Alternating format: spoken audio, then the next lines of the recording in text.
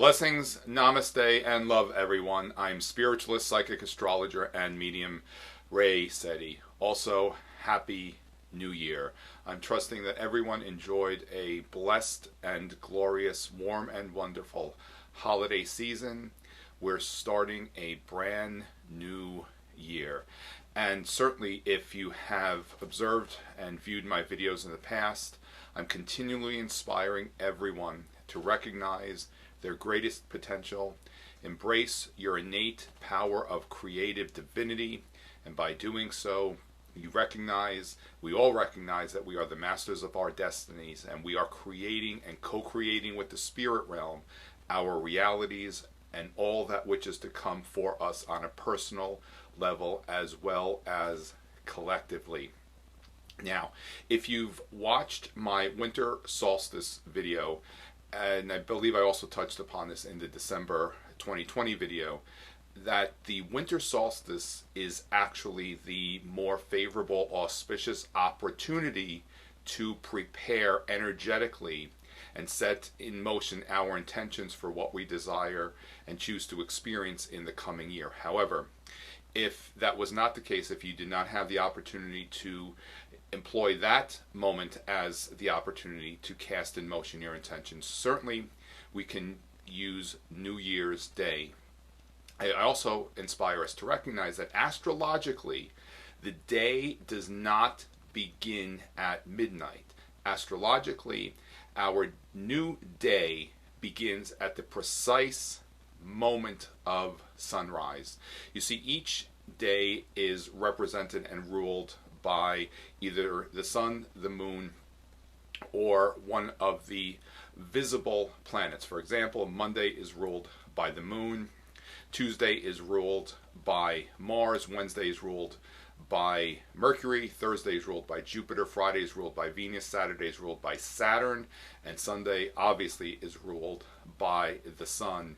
And at the moment of sunrise begins the time when that planet or light, sun or moon, begins its rulership, if you will, over the day. So with that said, our new year actually does not begin on January 1st at midnight. This is all astrologically and metaphysically. For the United States, the new year begins on January 1st, 2020 at 7:11 and 21 seconds a.m. Eastern Standard Time in Lubec, Maine. That's actually the first point in the United States that observes sunrise on the new day. So that's actually when we begin the new year astrologically and metaphysically. So if you did not have the opportunity to set the seeds in motion on the solstice for the new year, it can certainly also be conducted on January 1st. You can't do it at the exact moment at sunrise. Anytime during the day as well is the opportunity to really cast these intentions in motion and set the tone, set the stage for the coming year. As always, whenever we begin anew, whenever we cast intentions in motion, we suggest to allow yourself to be at that place of great clarity as to all you are setting in motion energetically. Remember, the universe is only going to reflect back to you what you send out. When we send out thoughts of confusion and doubt, that's only what we will receive back to us.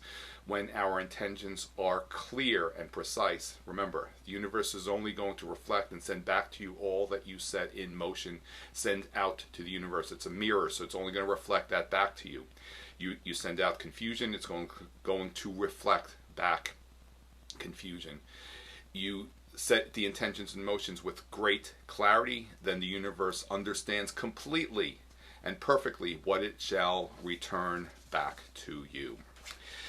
On January 9th, we have the Balsamic Moon, and as always, I suggest to recognize that the Balsamic Moon phase is the opportunity to prepare for the next lunar cycle, which begins on the new moon. And that Balsamic Moon phase begins on January 9th at 2:11 p.m. That is the auspicious opportunity to clear, cleanse, and prepare for the next lunar cycle. It's the opportunity to set the stage for what's coming next during the next lunar experience. That said, our coming new moon will be on January 13th at exactly 12:00 and 1 second a.m. So in other words, 1 second after midnight on January 13th. And our coming new moon is in the sign of Capricorn. As I've touched upon many times, especially in the Winter Solstice video, Capricorn is the one that connects with our long-term goals, our greatest desires and achievements. In the natural astrological chart of the zodiac, it connects with the 10th house, which is the highest point of the astrological chart. So you can see how Capricorn represents our highest goals and achievements. I also believe that it represents our purpose, our destiny. As I said, it is representative of our long-term goals.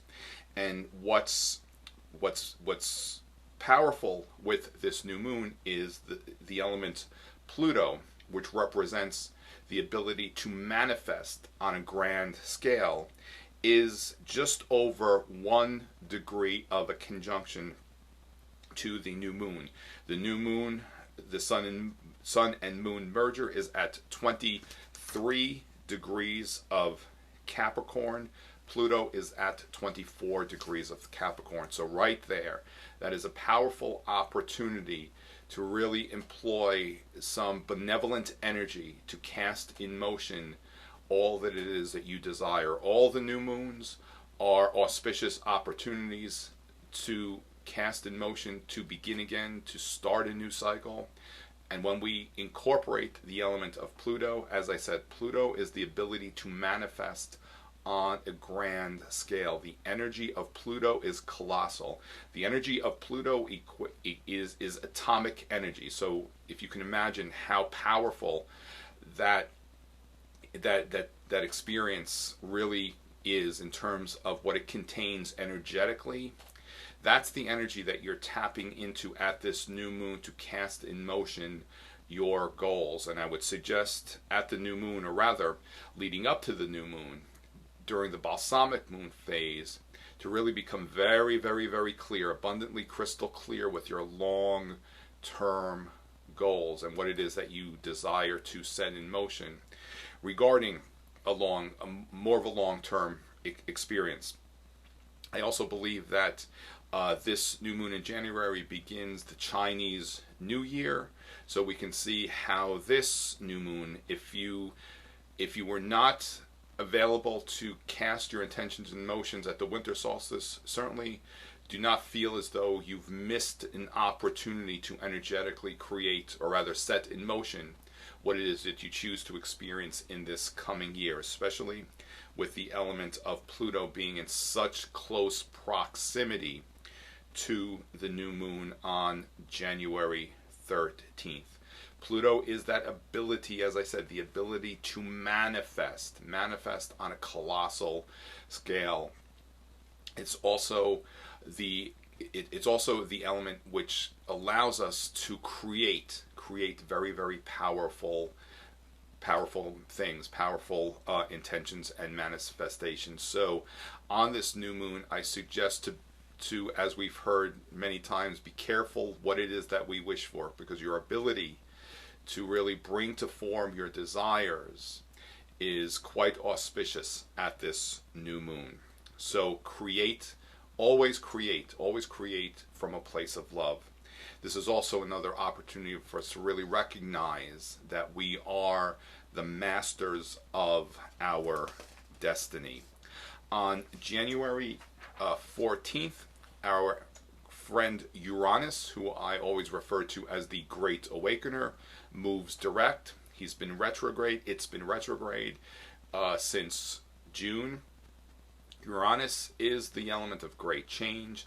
I also emphasize how Uranus brings about great awakenings. It also brings to form higher levels of awareness. Uranus is the sign of the humanitarian, the New Age, and once Uranus moves direct, we can certainly recognize how we are very much progressing into the New Age.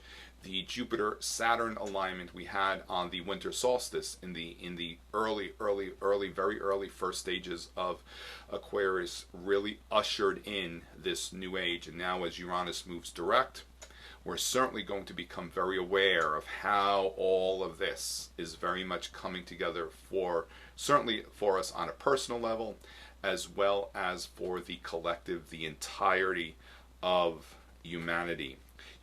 Uranus has been transiting the sign of Taurus. Taurus is the element that represents all things monetarily. As Uranus transits the sign of Taurus, we certainly are continuing to awaken to the understanding that every one of us is really designed and intended by Spirit to enjoy many abundant blessings, especially the blessings of financial abundance. No one is intended to go without.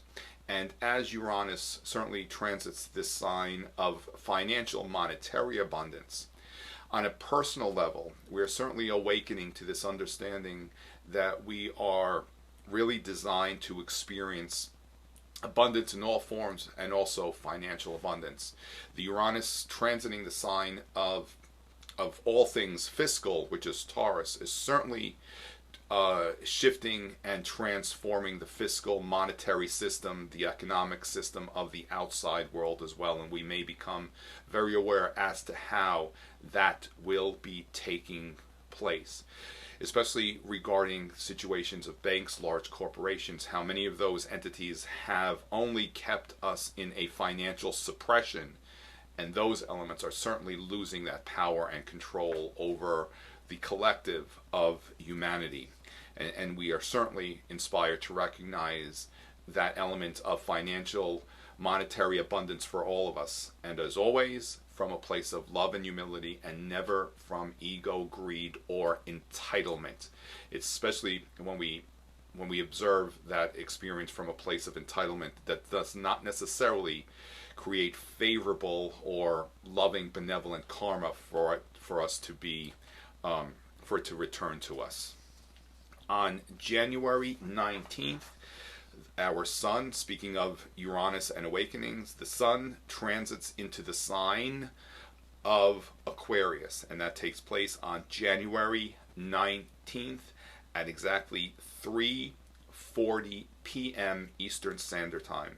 As the sun transits to the sign of Aquarius, which, as I've stated, it's the sign of the humanitarian, this experience offers every one of us the opportunity to recognize how we are all very much humanitarian, and all which we cast in motion, all our desires, all our experiences, we certainly have the opportunity to incorporate that humanitarian element into all those activities. And by being so, this is what we are generating out to the all of humanity.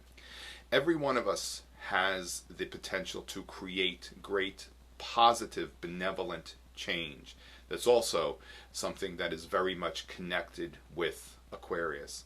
And whenever we intend and we move forward to create great change from a place of love, then we facilitate that great change in the outside world. Aquarius is also the sign which represents Revelations and the Apocalypse.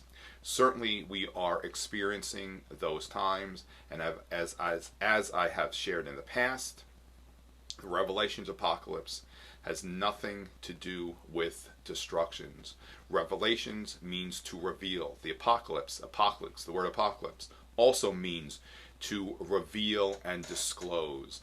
And much of the disclosure which has been coming to form has been how humanity has really been kept in a state of compromised well-being by the powers that be, the shadow forces, if you will.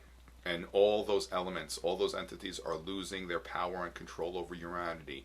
This is why in 2013, one of the many benevolent experiences that was unfolding at that time is that every one of us on a personal level was offered the opportunity to recognize our power.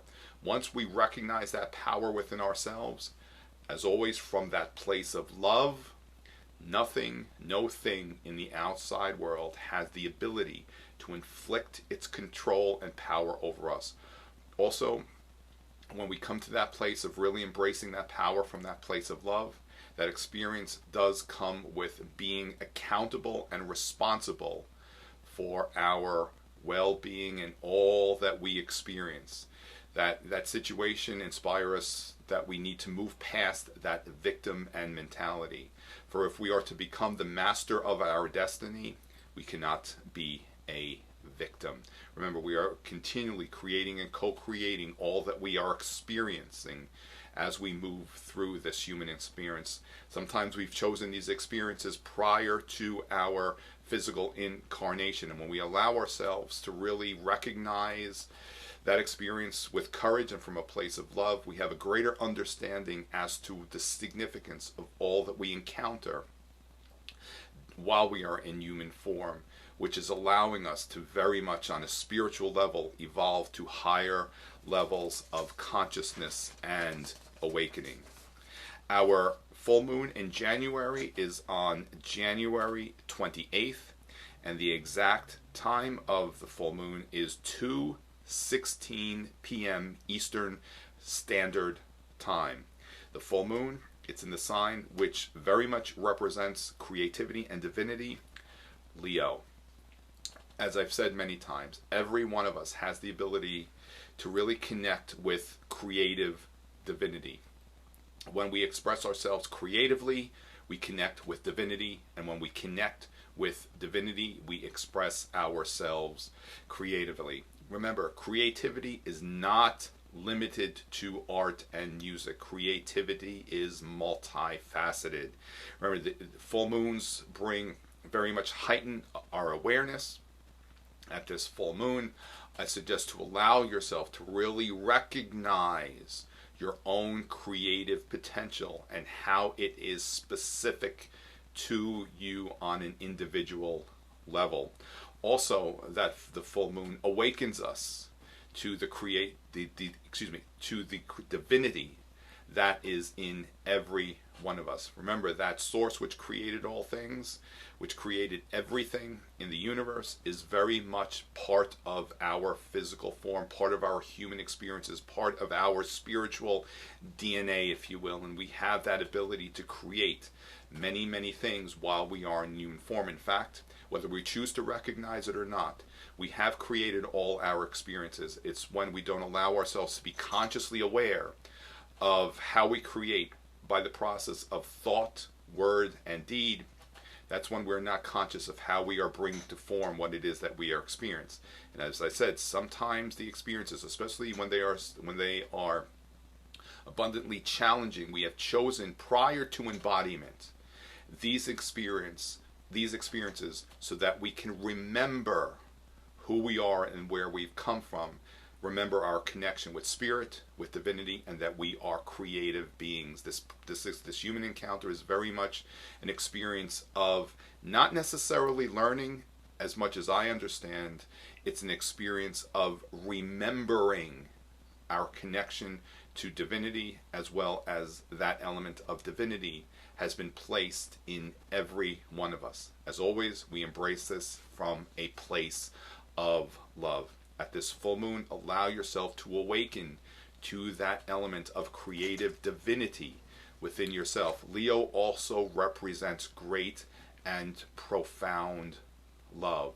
When we also see ourselves from a place of love, perhaps at this full moon, allow yourself to really awaken to the love within yourself. That love we are inspired to recognize, to really give ourselves, to recognize that love is very much part of all our experiences. Whenever we allow ourselves to really be in that place of love, certainly love does effortlessly find us. We observe all things from a place of love. That high vibrational frequency of being facilitates very much a healing experience within the human form.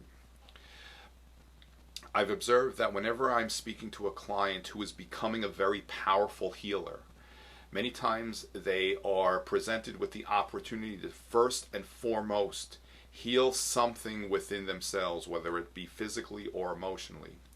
And the most effective element of being a powerful healer is to address all these experiences from that place of unconditional spiritual love.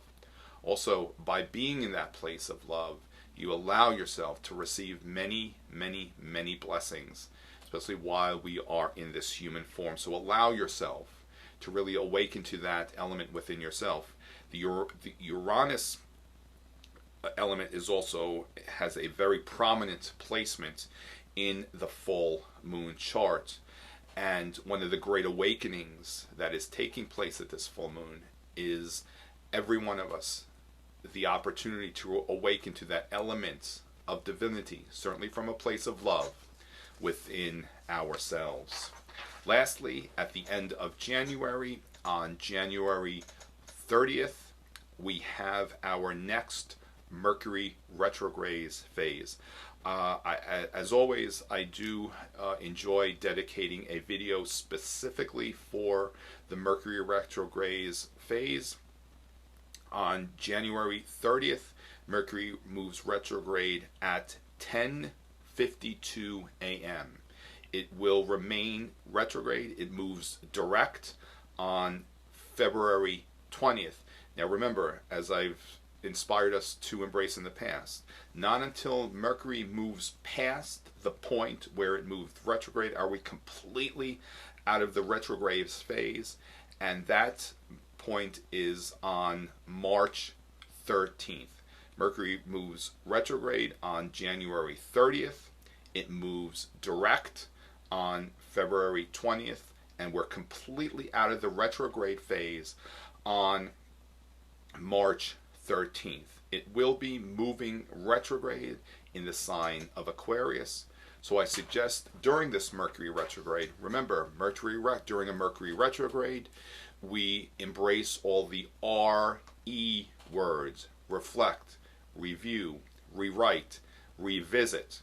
During this Mercury retrograde, in the sign that represents the humanitarian, which is Aquarius, I suggest to reflect within yourselves how every one of us are very much humanitarians, and that all we experience and choose to create certainly is encoded with that element of humanitarianism, or rather, when we choose to encode that element of humanitarianism in all that we choose to create, then remember that's what we are setting in motion to the outer world and creating great and powerful change. So certainly, if you're unaware of how to create change, and how Spirit would desire for you to really embrace the ability to create loving, powerful change in our world, allow yourselves to be reflective of that quality specifically during the Mercury retrograde phase. And once Mercury moves direct, it will allow you to really awaken to how you have the opportunity to create great change for our world. Once again, I'm Spiritualist, Psychic Astrologer, and Medium Ray Sette. I am grateful that you allow me this opportunity to share with you some of these very few insights for the month of January 2021. I'm wishing everyone a most blessed and glorious new year filled with perfect health, wealth, prosperity, and abundance in many wonderful things. Many blessings. Namaste.